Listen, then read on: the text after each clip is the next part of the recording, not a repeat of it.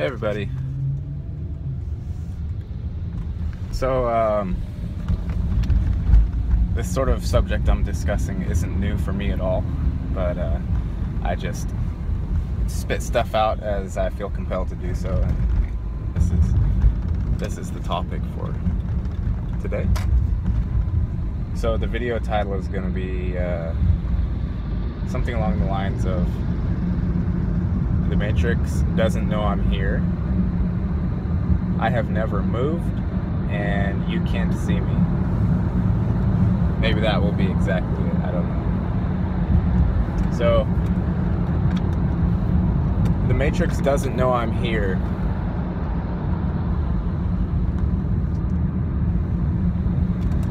What I mean by that is the Matrix doesn't know about any personality. The Matrix doesn't know about any ego whatsoever.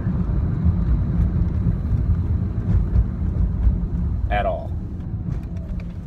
Is not aware of it. What the Matrix does know is the Matrix does know the positioning of the experiential point of awareness, and that's how this is created. So sometimes I'll have this idea that I want to be seen somehow, and it's on a level that I can't particularly put into words, but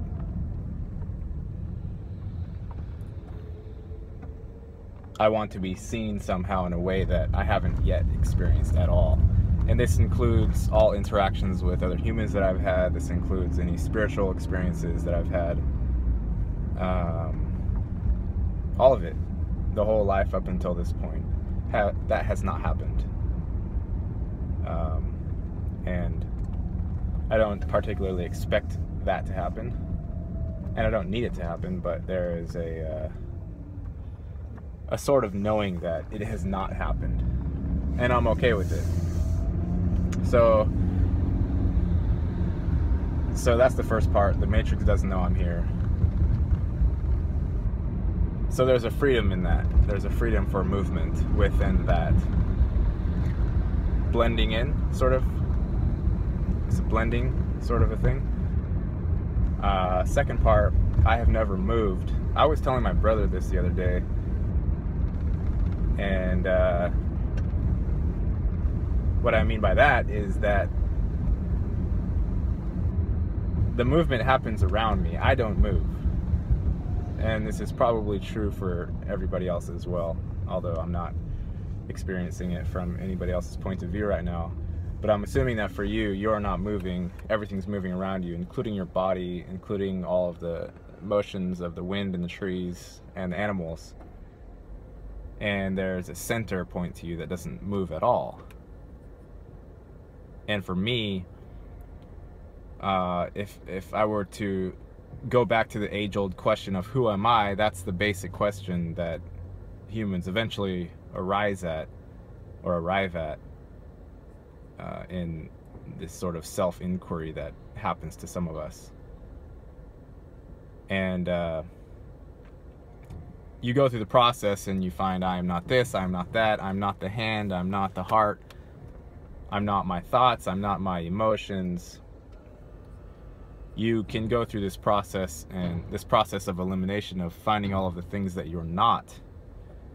And I eventually realized that I wasn't any of it. Not a shred, not a bit, not one thing was I.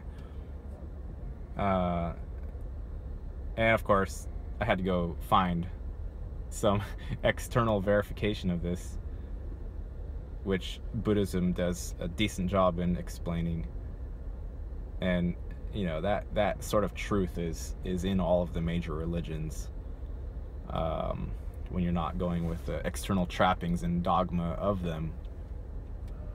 And your enlightened masters, your spiritual teachers, they all say the same thing, and that's that the you that you think you are is not a thing, it's just a pure perceiver.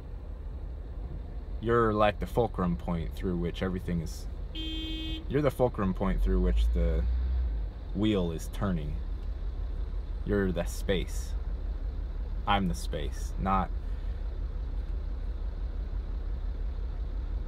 Yeah, so that's the part of I have never moved. So all this can happen, but that's not me moving. I'm the center still point within all of it. It's like the eye of the hurricane. And I'm very well aware of that. The last part, you can't see me. What does that mean? That means that I only look outward. So the final perceiver at the bottom of the heap, the final turtle at the bottom of the pile, can't be seen. It's pure perception, and everything is seen.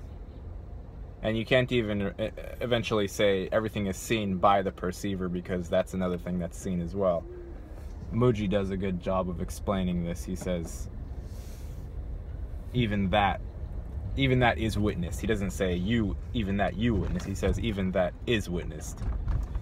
And when he says even that, he's talking about the last and final identification that you come up with, because you're going to run out of them eventually.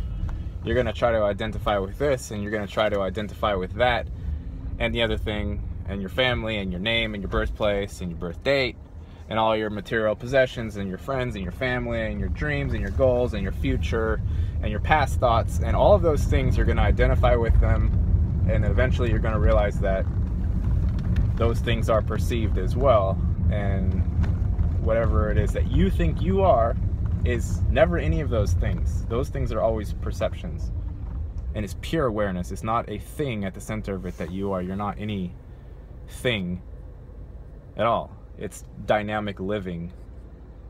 If you want to apply a label to it, it's life is vibrant and beautiful and perfect as it is, and your spot within it is beautiful and perfect as well. And there's, of course, struggle and hardship, and there's all kinds of drama, and you know, it's a play. It's the Maya. It's a never-ending apparent play. It's of course, it's illusion in a sense, and it's what we are at the core. When they say we are nothingness, it's pure perception at the core, and that part can't be seen because it's only an outward. It's like a black hole that doesn't let any light out. Everything gets sucked in to the black hole, and you can't see it. Nothing escapes. This probably has some relation to the mythology of the all-seeing eye of Horus, which my buddies and I, David, Dustin, you know what I'm talking about. Horus, hours, it's all connected with time and the illusion of time. It's fascinating stuff. Gematria, we're looking into that.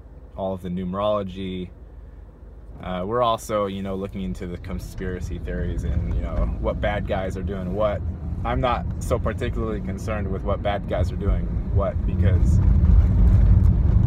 because I recognize it as a play. I don't recognize it as material or as long suffering or anything like that. Stuff comes and goes, and I watch it, you know. So that's the part of you can't see me.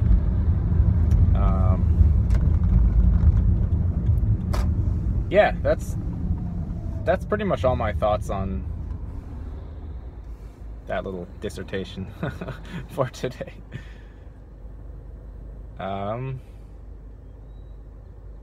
Yeah. So anyway, I'm still on this 30-day grind. I'm somewhere around a third through, nearly a third through. And gonna take about a month off or so. I don't know for sure exactly what's gonna happen, but gonna take some time and apply a little more mind to the money issue and how I ought to obtain more of this stuff without,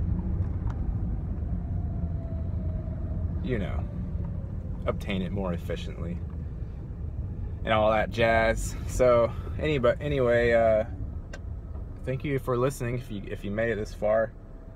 If you look inside yourself and apply these concepts, you may come up with something similar. You may not. It's totally fine either way. Everybody, that's what's beautiful about this thing, is we have so many people, and every single person's perception it's just different. Everybody's absolutely unique. So yeah, anyway, thanks for watching, you guys, and I'll see you in the next one.